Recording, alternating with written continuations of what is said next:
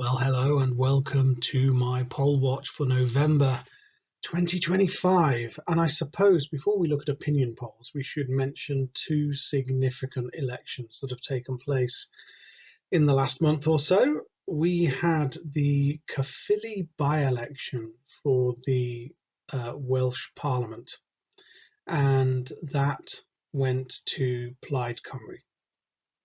And Labour did particularly badly out of that in terms of share of the vote, and everybody was predicting in the run-up to it that it would probably go to reform, and it didn't. So there are some significant things there to think about.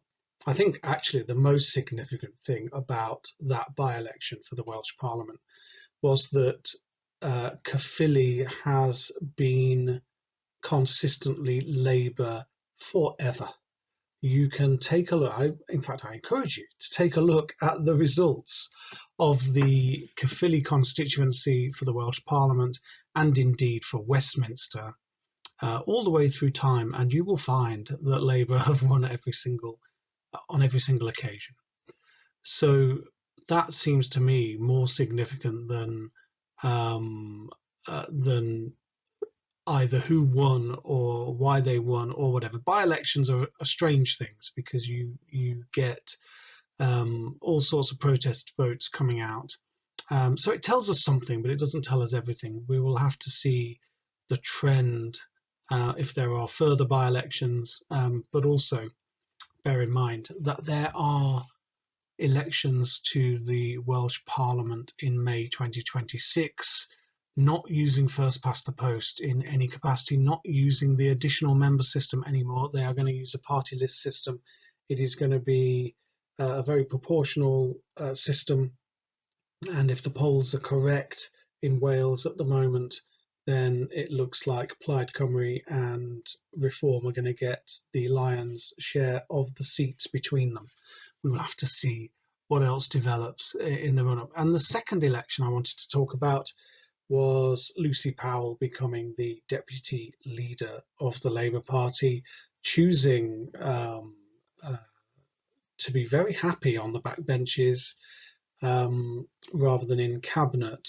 And that, of course, means that she's not bound by collective responsibility, so she can speak her mind on government policy. She has to be a little bit careful doing that all the same.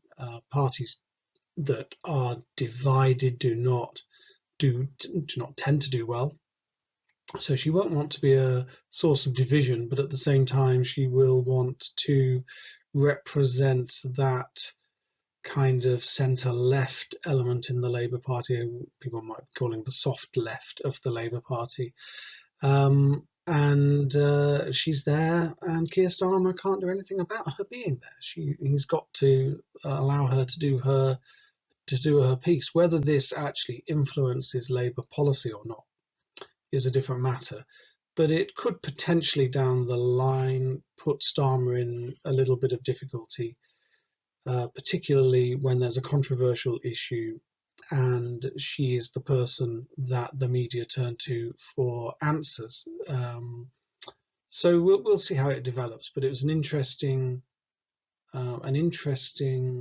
situation for the Labour Party members to have to choose between Bridget Phillipson and Lucy Powell. Bridget Phillipson, the Education Secretary, I think is someone who is proving her worth as a minister, and is someone who is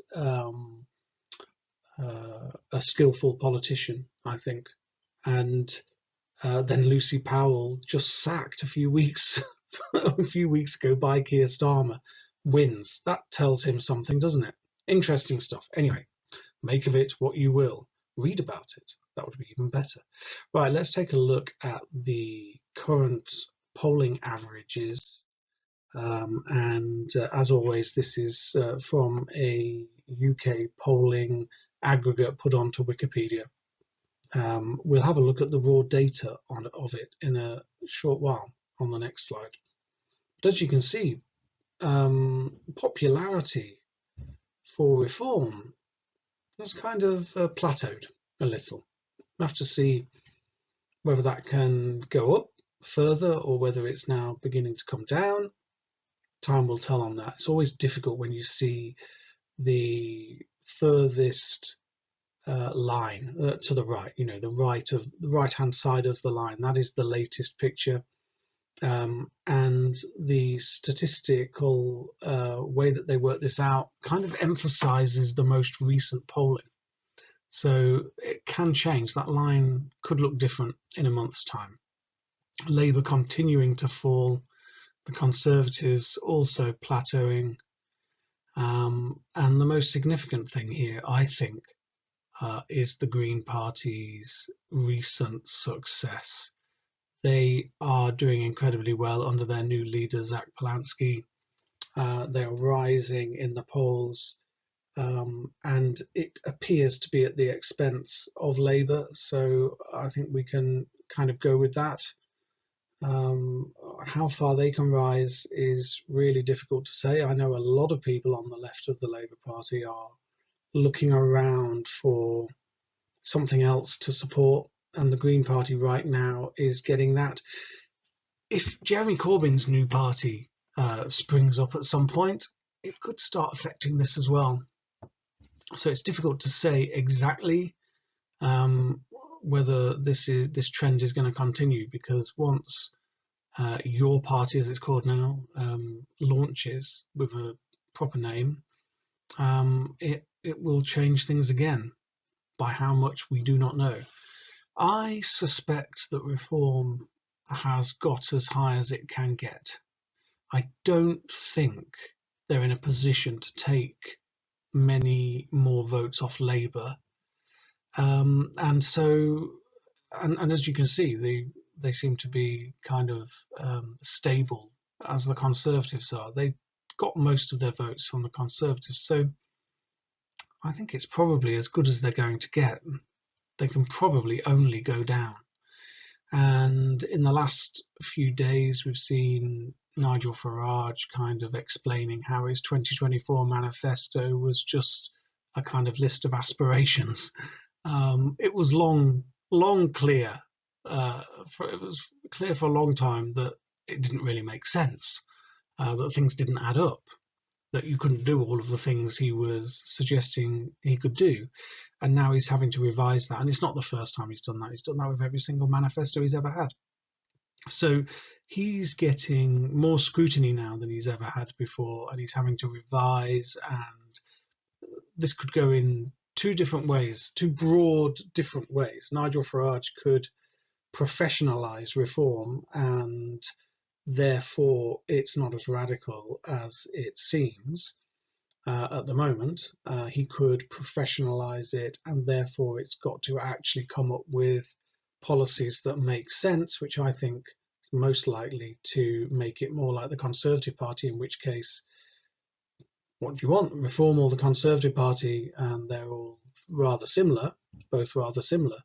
Or it could go the way of his previous endeavours, and he could carry on coming up with ideas that just don't add up for the next election, in which case at some point that party will come crashing down.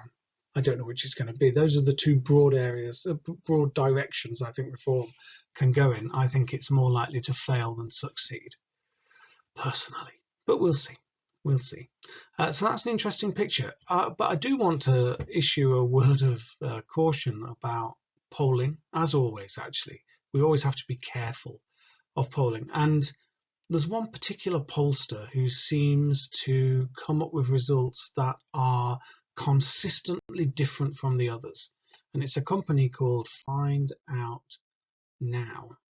And I've highlighted the results they've got here, and if you look at their very latest polling from the 29th of October, there's a large sample size, to be fair, but there's something different about their methodology that produces these results. They have the Greens in second place, and they have the lead for Reform at 15, and you'll notice on their other polls in this list, they also have a lead consistently of 15 for Reform. The others not so much. The closest is 12 for the more in common poll. It's worth remembering how they, or talking about how these polls are put together. They basically telephone people and ask them how they would vote, but it's not as simple as that. They don't just simply present that data back to us. What they do is they try to find out how the person voted last time, so that they can see how people have changed and work something out from that. They also might want to factor in the fact that they might have spoken to a certain number of young people, and they know that younger people are less likely to go out and vote, so that might shift their algorithm, their statistics a little bit as well. They work out a whole lot of stuff to bring these figures to us.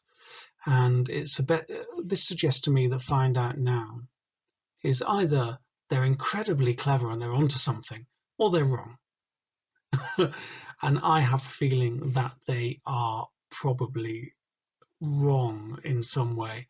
The thing is, all of these polls could be wrong. It's not a simple science, and our polling companies have a history of getting things wrong, which is why the average is more reliable, perhaps more useful and worth taking a look at. So these offer a snapshot of what a polling company is saying at a particular time. The averages on the graph are perhaps much more telling. There is, I think, no doubt that Reform are in the lead. There is no doubt that the Greens are rising in the polls. But more than that, I'm not sure we can say. And trying to extrapolate those figures and predict what a House of Commons might look like if that result came true is probably meaningless, particularly this far away from an election. Doesn't necessarily stop me from doing it, but I'm not going to do it this month. Okay, so that's the polls. As we get closer to the elections in May 2026, these polls are going to be poured over. There's going to be elections for local councils in England.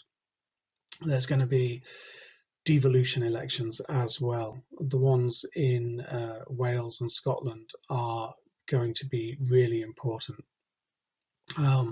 because certainly in Wales it looks like there's going to be a radical change following that Caerphilly result.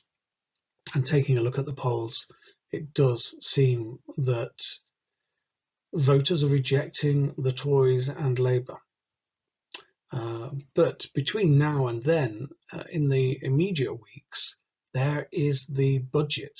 Rachel Reeves has got her budget, and tax rises, I think, are inevitable. I don't know what rises in tax we're going to see, but they will have an impact on the way people feel, and it can go either way, I think.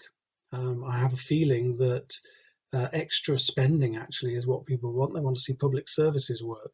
You can't do that without raising revenue somehow. So we'll see how they go about it and whether it's in a pleasing way. The newspapers, the media in general, will just shriek tax rises. But the details might actually be tax rises for just key parts of the economy, the richest perhaps. There's rumours of perhaps taxing the gambling industry in some way.